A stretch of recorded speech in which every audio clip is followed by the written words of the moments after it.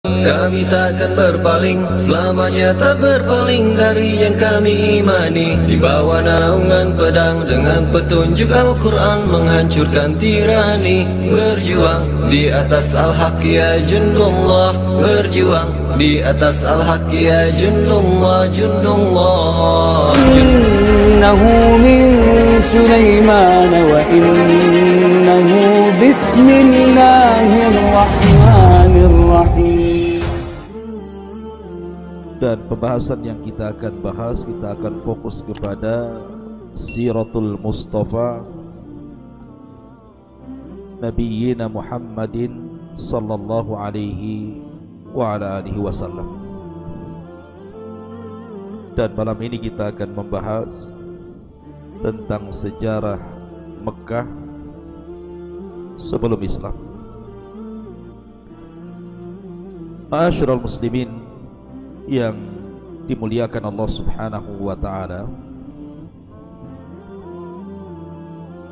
kita tahu bahwa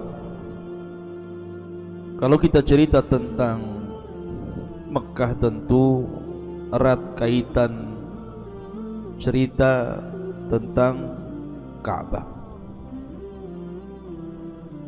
dan juga erat kaitan dengan Abul Anbiya, bapaknya para nabi, Nabi Ibrahim alaihi salatu wassalam, dan juga putranya Ismail alaihi salatu wassalam. Maka kita akan bermula cerita ini tentu dari kisah Ibrahim alaihi salatu wassalam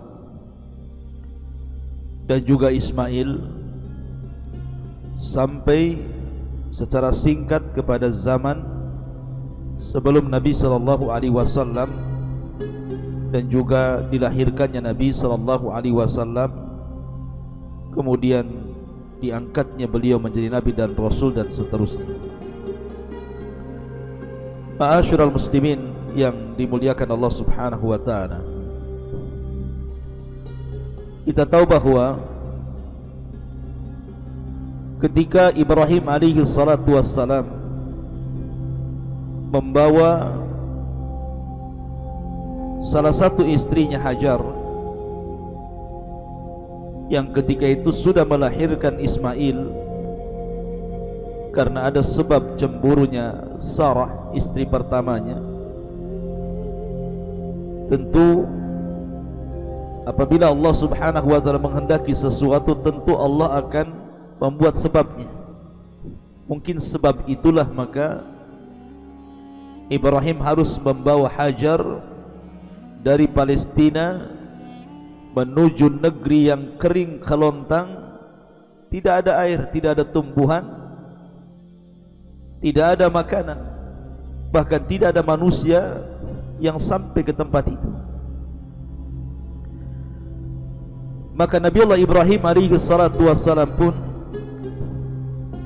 kemudian membawa Hajar dari Palestina bersama Ismail kecil menuju negeri Arab. Maka diletakkanlah di sebuah tempat yang kelak disebut Bakkah ataupun Makkah. Tentu ada pelajaran besar di sini. Bagaimana seorang wanita, Hajar, yang sangat lemah secara fisik maksudnya, tapi kuat secara tauhid dan tawakal kepada Allah Azza wa Jalla,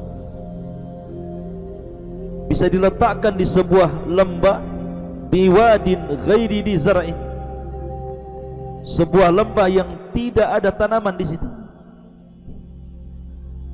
Sehingga ketika kemudian Ibrahim meletakkan Hajar di situ, Hajar ini sempat bertanya, kenapa kau tinggalkan diriku di tempat ini?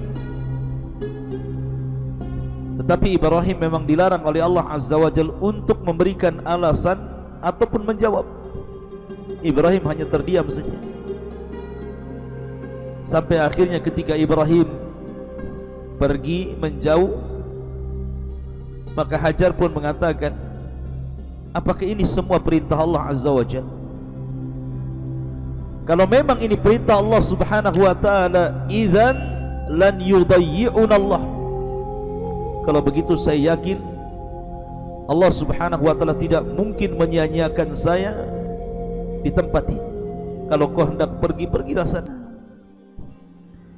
Maka Ibrahim pun kemudian pergi tanpa melihat ke belakang, sampai ketika sudah menjauh dan sudah tidak bisa dilihat lagi oleh Hajar, barulah dia kemudian menghadapkan wajahnya ke tempat dia letakkan Hajar dan Ismail, kemudian berdoa kepada Allah Subhanahu wa taala akan kemakmuran tempat tersebut. Ma'asyiral muslimin yang dimuliakan Allah Azza wa Jalla, singkat cerita, karena perbekalan yang diberikan Ibrahim kepada Hajar itu tidak banyak, hanya cukup untuk beberapa hari saja. Sementara Hajar membawa bayi yang sangat berhajat kepada makanan dan minuman, sehingga kemudian Hajar pun pontang-panting, bingung untuk mencari minuman karena anaknya sudah mulai kehausan. Maka dia pun kemudian lari ke Bukit Safa, kemudian lari lagi ke Marwa, kemudian lari lagi ke Safa, kemudian lari lagi ke Marwa sampai 7 kali putaran, tapi tidak mendapatkan air yang dimaksud. Dia hanya melihat semacam fata morgana, dari kejauhan ada air, ternyata bukan air. Sehingga ketika dia merasa sudah menjauh dari Ismail putranya, dia khawatir ada sesuatu, kemudian dia kembali melihat putranya. Rupanya di samping putranya ada malaikat Jibril, kemudian menancapkan sayapnya persis di dekat telapak kaki Ismail, kemudian tiba-tiba mengeluarkan air. Lah ketika kemudian air itu memuncrat dari dalam tanah, maka Hajar pun segera mendekat, kemudian berusaha untuk mendindingi air tersebut supaya tidak melimpah kemana-mana, sambil mengatakan zam, zam, zam. Maka air tersebut sampai hari ini disebut dengan Zam-Zam. Zam-Zam itu artinya mengumpulkan tanah untuk membuat semacam kolam supaya air tidak melimpah kemana-mana. Ma'asyiral muslimin yang dimuliakan Allah Azza wa Jalla, maka dari sini Allah Subhanahu wa taala selamatkan Hajar dari kematian. Tentu karena buah tawakal. Dia mengatakan, kalau memang ini adalah perintah Allah, idzan lan yudayyi'una Allah, tentu Allah tidak mungkin menyia-nyiakan kita. Maka yakinlah siapapun yang bertawakal kuat kepada Allah, maka Allah Subhanahu wa taala tidak akan menyia-nyiakan orang-orang yang bertawakal kepadanya, seperti Hajar di sini. Lah kemudian setelah berlalunya waktu, akhirnya banyak burung yang datang dari mana-mana karena melihat ada air di situ, sehingga kemudian terkadang mengambil air di situ, meminum air di situ. Maka dari kejauhan ada kabilah yang berasal dari Yaman yang disebut dengan Jurhum. Kabilah Jurhum ini sedang melaksanakan safar. Kemudian mereka pun merasa kehausan di tengah padang pasir. Ketika mencari-cari air ke sana kemari, mereka tidak mendapatkan. Tiba-tiba mereka melihat segerombolan burung di langit, dan mereka paham kalau ada burung yang sedang terbang di langit, berarti di situ ada air. Akhirnya kemudian orang-orang Jurhum pun mendekati tempat tersebut, dan benar saja rupanya ada air, dan di situ ada seorang wanita dan putranya yang masih bayi. Dan suku Jurhum adalah kabilah yang memiliki kelembutan hati. Kalau seandainya mereka mau, bisa saja mereka membunuh Hajar dan juga putranya untuk menguasai air. Tetapi sebagaimana sabda Nabi SAW ketika memuja dan memuji ahlul Yaman, Nabi SAW mengatakan, kanu araqqa qulub, mereka orang yang paling lembut hatinya. Sehingga kabilah Jurhum ini tidak menyakiti Hajar dan juga putranya. Justru dia meminta barter dengan makanan. Artinya Hajar menyerahkan air, kemudian sebagai imbalannya mereka memberikan makanan. Dan begitulah seterusnya. Akhirnya Allah Subhanahu wa ta'ala betul-betul memberikan rizki dari arah yang tidak disangka-sangka kepada Hajar dan juga putranya Ismail, sampai akhirnya berhasil membesarkan Ismail dan mendidik Ismail. Lah lambat laun karena suku Jurhum itu selalu lewat di situ menukar makanan dengan air, akhirnya kemudian mereka minta izin kepada Hajar untuk tinggal di situ. Kemudian mereka pun mulai membangun 1 tenda, 2 tenda, 3 tenda, 4 tenda. Akhirnya lambat laun kabilah Jurhum pun kemudian banyak menetap di sekitar sumur Zamzam ini. Sehingga akhirnya kemudian Ismail pun membaur dengan suku Jurhum. Dari sinilah Ismail kemudian mempelajari bahasa Arab, karena Ismail kan bukan orang Arab, dia orang Palestina. Ketika itu karena sudah berbaur dengan suku Jurhum, maka Ismail alaihi salatu wassalam mulai belajar bahasa Arab. Subhanallah, dan dia memiliki kefasihan dalam bahasa Arab. Makanya kemudian dia disebut musta'arab, bukan Arab tetapi fasih berbahasa Arab. Itulah Ismail alaihi salatu wassalam. Dan dari keturunannya kelak akan melahirkan 1 di antara 4 Nabi Arab, Rasul kita Muhammad sallallahu alaihi wasallam. Singkat cerita, ketika kemudian Ismail sudah dewasa, kemudian sudah waktunya untuk menikah, dan di sekitar Zamzam sudah menjadi sebuah kabilah besar dari Jurhum dan anak cucu Jurhum yang berada di sekitar situ. Dan Ismail sudah bergaul dengan mereka, bahkan orang yang paling fasih berbahasa Arab. Kemudian dia pun menikah dengan salah satu wanita daripada Jurhum. Nabi Allah Ibrahim alaihi salatu wassalam berada di Palestina. Kemudian dia mendengar pernikahan putranya Ismail dengan seorang wanita dari suku Jurhum itu. Maka Ibrahim pun berangkat dari Palestina menuju Mekah, ingin melihat seperti apa istrinya Ismail itu. Kemudian sesampainya kemudian di tempat Ismail, Allah takdirkan Ismail tidak ada, sedang bekerja. Dan Ibrahim hanya berjumpa dengan istrinya saja. Kemudian Ibrahim alaihi salatu wassalam pun berdialog, menguji tentang akhlak istrinya Ismail, tanpa disadari bahwa Ibrahim adalah ayah daripada Ismail.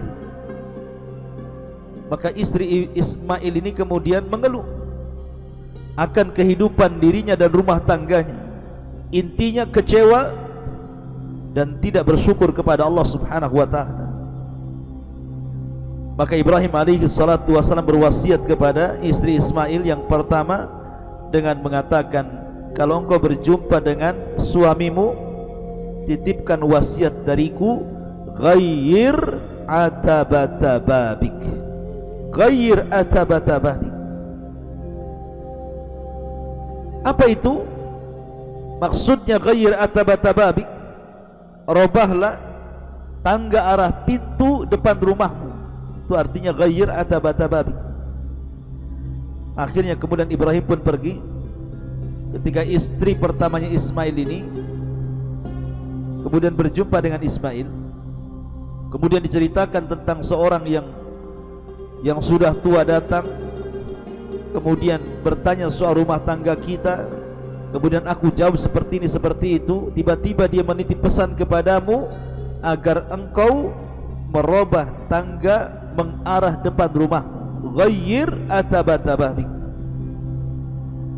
Istrinya tidak tahu apa maksudnya Ibrahim itu menitipkan pesan seperti itu.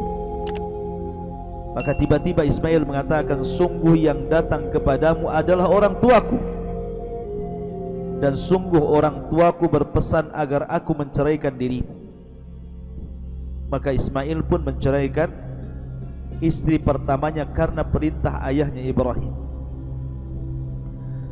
Kemudian singkat cerita, Ismail menikah lagi dengan seorang wanita Jurhum, dan dia memiliki atau mendapatkan wanita yang sangat salihah, penyabar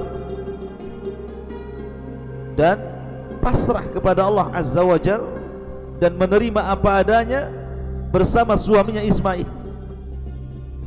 Maka Ibrahim alaihi salatu wasalam ingin mengetes kembali, ingin menguji kembali istri keduanya Ismail, apakah dia wanita baik ataukah wanita yang tidak baik. Setelah kemudian berjumpa,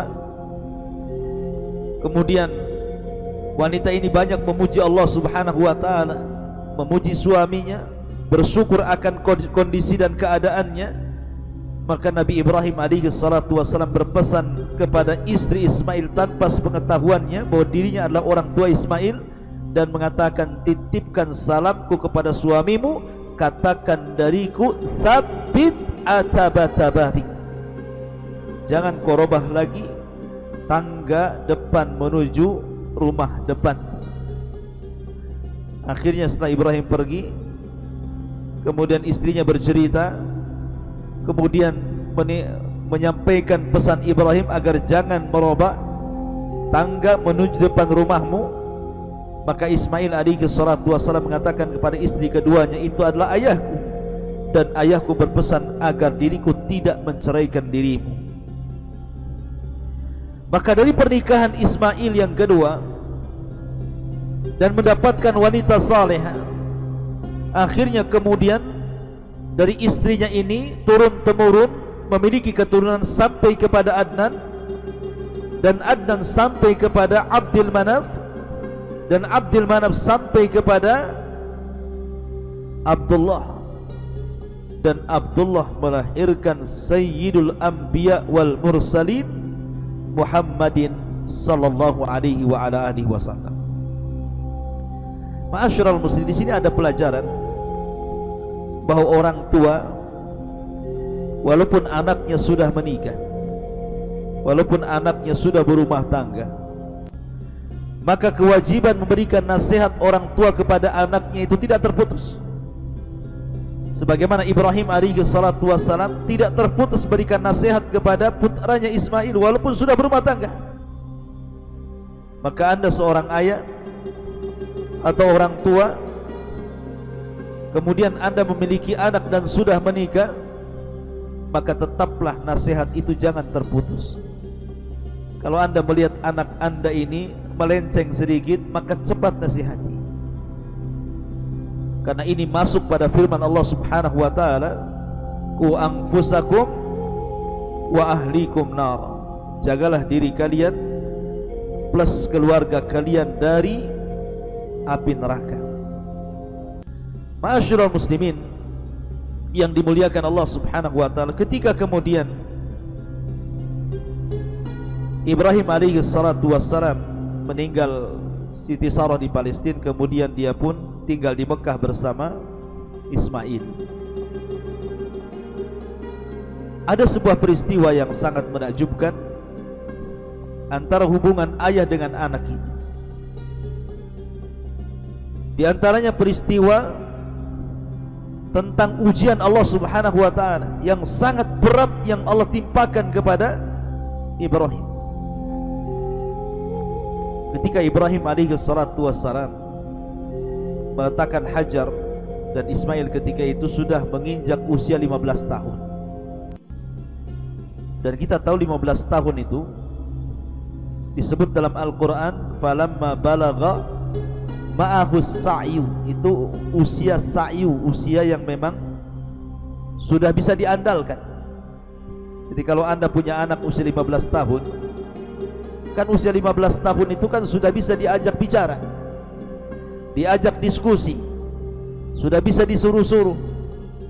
Bahkan dia kalau anak yang saleh, maka menyenangkan orang tuanya.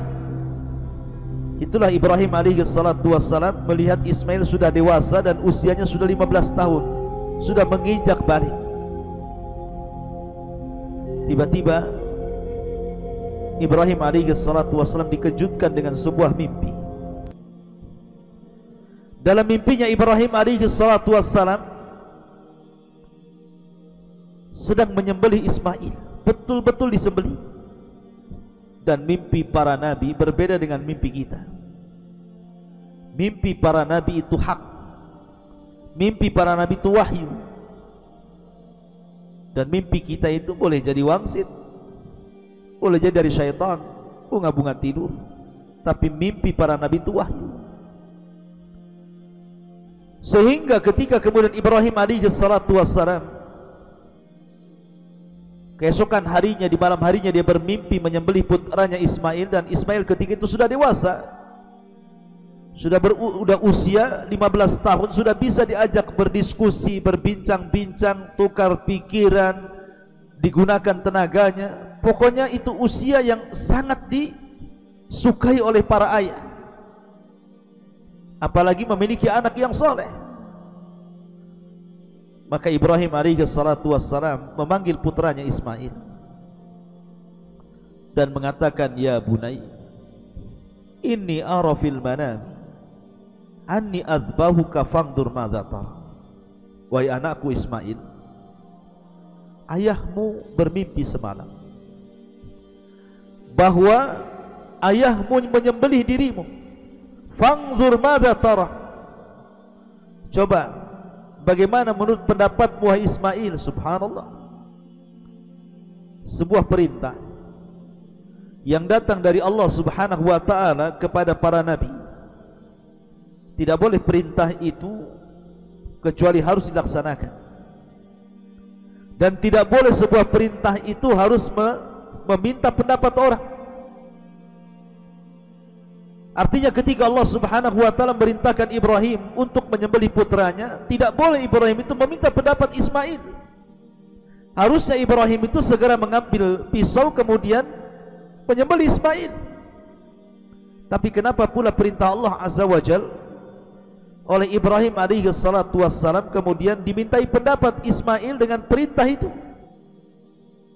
Padahal dalam Islam, wa ma kana lil mu'minin wala mu'minatin idza qadallahu wa rasuluhu amran an yakuna lahumul khiyaratu min amrihim wa man ya'sillahu wa rasulahu faqad dhalla dhalalan mubina. Maka tidak layak bagi seorang mukmin laki-laki ataupun perempuan apabila datang perintah Allah dan Rasulnya untuk ada kebimbangan, seolah-olah Ibrahim ini bimbang. Makanya dia harus bertanya kepada Ismail, semalam ayahmu bermimpi, bagaimana menurut dan pendapatmu Ismail bahwa aku menyembelih dirimu? Kata para ulama, Ibrahim bukan ada bimbang dengan perintah Allah, bukan ada bingung karena perintah Allah, tapi Ibrahim ingin menguji putranya. Ibrahim ingin menguji putranya, apakah putranya termasuk anak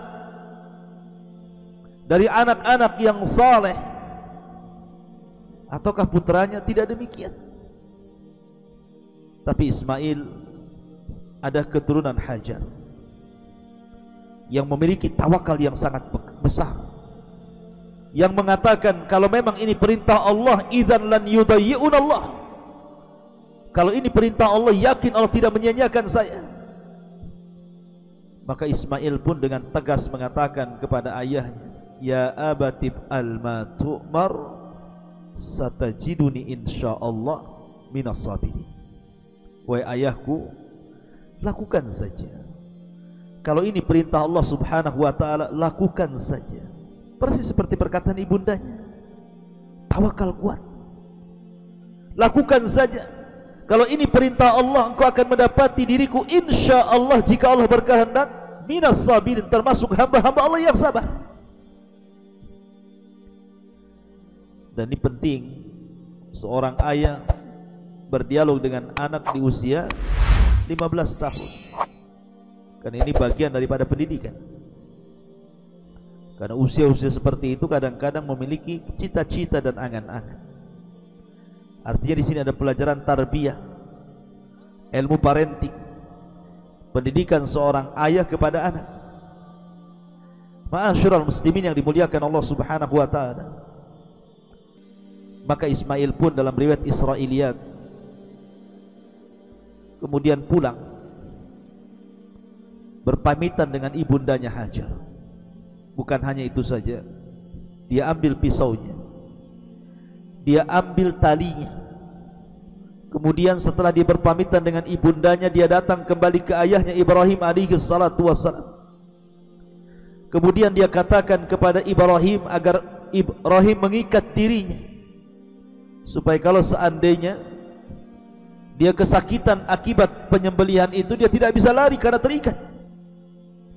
Kemudian yang kedua, meminta agar wajahnya dibenamkan ke tanah supaya Ibrahim tidak melihat dan menatap wajah putranya, sehingga kasihan dan tidak jadi melaksanakan perintah Allah. Kemudian yang ketiga, Ismail meminta kepada Ibrahim untuk menyingsingkan pakaiannya agar jangan sampai satu tetes darah pun menempel di pakaiannya, sehingga ketika ibundanya mengetahuinya akan sedih kondisinya. Maka Ibrahim pun menyetujui keinginan dan wasiat putranya Ismail. Diikatnya Ismail, dibenamkan wajahnya ke tanah, dijauhkan pakaiannya dari tengkuk anaknya supaya tidak terkena tetesan darahnya.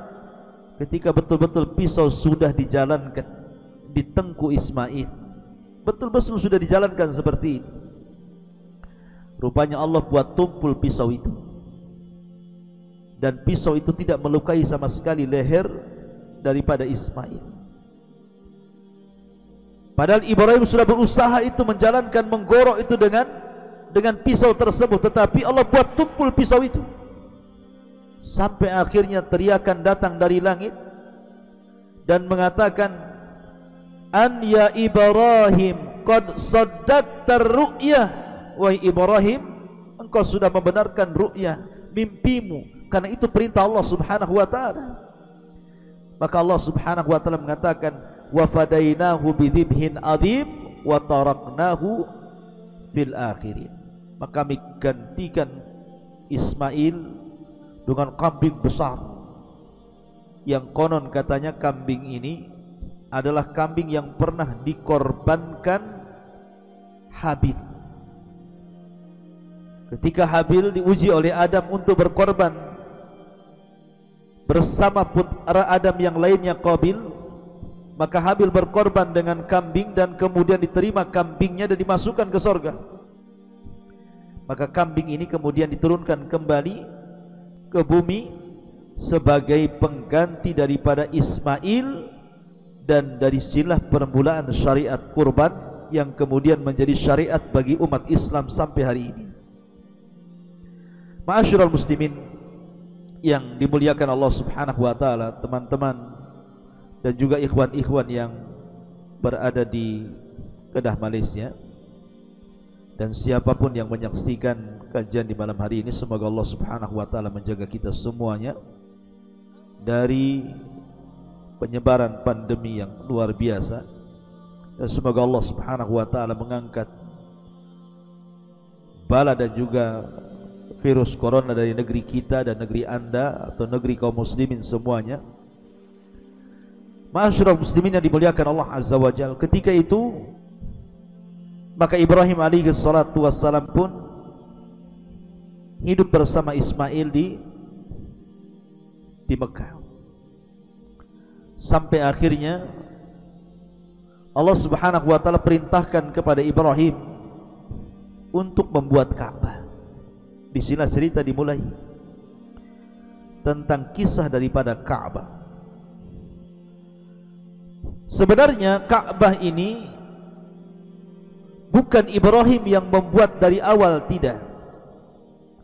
Sebagaimana bukan pula Nabiullah Sulaiman yang kemudian membuat haikal pondasi pertama dari Masjidil Aqsa, tidak.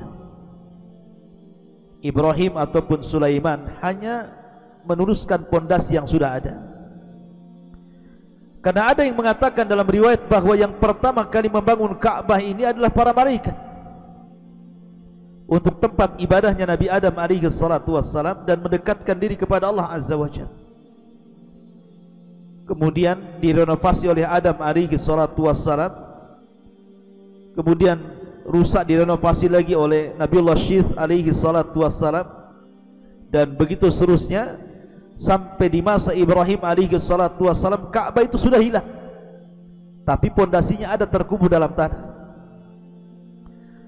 Maka Ibrahim alaihi salatu wassalam atas perintah Allah mengajak putranya untuk meninggikan kembali Ka'bah.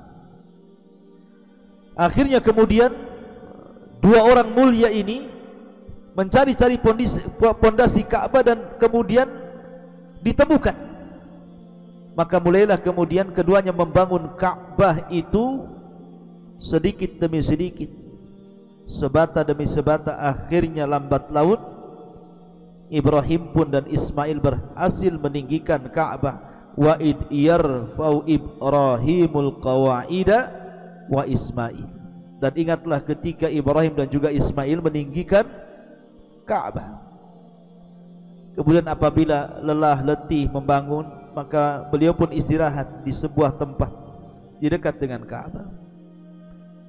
Kemudian kalau lelah begitu juga istirahat, akhirnya tempat itu terdapat bekas kedua kaki Ibrahim yang belakangan disebut Maqam Ibrahim, dekat dengan Ka'bah. Ma'asyiral muslimin, ikhwatu fiddin yang dimuliakan Allah subhanahu wa ta'ala, setelah kemudian Ibrahim dan Ismail pun berhasil membangun Ka'bah, dan Allah subhanahu wa ta'ala firmankan, inna awwala baitin wudi'a lin-nasi lalladzi bi Bakkata mubarakan wa hudan lil alamin. Sesungguhnya rumah Allah yang pertama kali diletakkan untuk manusia adalah yang terletak di Bakkah ataupun Makkah, yang penuh dengan berkah dan juga hidayah bagi semesta alam. Ma'asyiral muslimin yang dimuliakan Allah azza wa jalla, dari sini ada faedah besar tentang peletakan Ka'bah ini. Yang pertama, bahwa Ka'bah adalah rumah Allah pertama, Baitullah pertama yang diletakkan di bumi. Yang kedua, yang kelak akan menjadi kiblat bagi kaum muslimin pada setiap solat-solat mereka. Kemudian yang ketiga, menjadi tempat tawaf, pengganti daripada tahiyatul masjid bagi kaum muslimin yang berkunjung ke Masjidil Haram, bagi yang haji ataupun yang umrah. Dan dia adalah tempat yang paling suci, yang paling akdas di permukaan bumi bagi kaum muslimin. Dan Allah subhanahu wa ta'ala menyebutnya dengan Al-Baitul Haram. Maksudnya menunjukkan tentang hurmatil qitalu fi, tidak boleh orang berperang di sekitar situ. Ma'asyiral muslimin yang dimuliakan Allah azza wa jalla, dan dia adalah bangunan yang pertama dibangun para malaikat, kemudian Adam, kemudian sampai kepada masa Ibrahim, dan nanti akan kisahnya. Karena Ka'bah ini berulang kali rusak, kemudian dibangun, rusak lagi, kemudian dibangun, sampai kata Imam Malik ketika dimintai fatwanya untuk merubah Ka'bah, dikembalikan kepada Ka'bah yang pernah dibangun Ibrahim, Imam Malik menolak dan mengatakan, saya tidak memfatwakan seperti itu karena saya takut Ka'bah ini dijadikan mainan, asli dirobohkan oleh para penguasa, kemudian diperbaiki, dirobohkan, diperbaiki, dirobohkan, diperbaiki, dan terkesan menjadi mainan. Akhirnya Ka'bah sampai hari ini ya seperti itu. Ka'bah yang pernah dibuat oleh orang-orang Quraisy dengan tidak memasukkan Hijar Ismail ke dalamnya.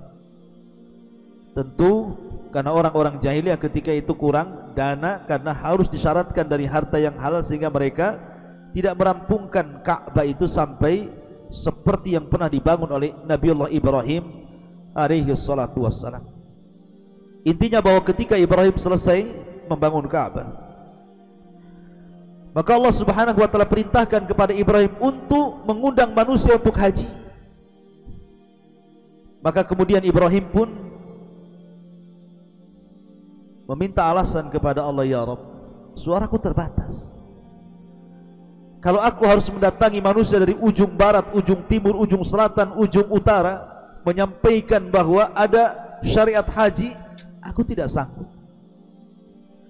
Tapi Allah Subhanahu wa taala mengatakan, ya Ibrahim, engkau hanya disuruh untuk berteriak.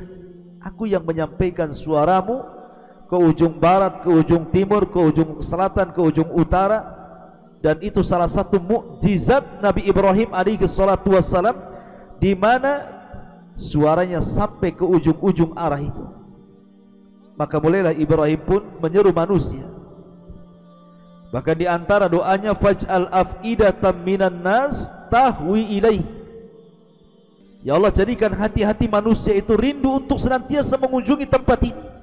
Dan subhanallah, teriakan Ibrahim untuk mengajak syariat haji dan juga syariat umrah kemudian tertanam kepada hati-hati manusia, bahwa siapapun yang pernah berkunjung kepada Baitullah maka akan mengalami kerinduan dan ingin kembali mengunjunginya kembali. Berbeda dengan tempat-tempat wisata yang lainnya, boleh jadi ketika kita berkunjung sekali dua kali kita sudah bosan. Tapi kalau sudah berkunjung ke Ka'bah Baitullah, tidak ada bosannya. Tidak ada ceritanya orang umroh, malas umroh, bosan umroh, kapok umroh, tidak ada. Yang ada ingin umroh lagi, belakangan membuat travel umroh pula dia. Artinya bahwa Allah sudah kabulkan permintaan Ibrahim, menjadikan hati-hati manusia mendekat Ka'bah dari seantero dunia, dari penjuru dunia. Orang datang berbondong-bondong hanya untuk beribadah kepada Allah Subhanahu wa taala. Dari sini Nabi sallallahu alaihi wasallam sampai mengatakan, la tushaddur rihal illa ila thalathatil masajid. Tidak boleh orang melakukan safar guna berniat untuk beribadah kecuali ketika masjid. Yang pertama kali disebutkan Rasul adalah Masjidil Haram, masjid yang ada Ka'bah di dalamnya. Ma'asyiral muslimin yang dimuliakan Allah Subhanahu wa taala, maka Ibrahim pun berhasil mendakwahkan dakwah tauhid di negeri Arab,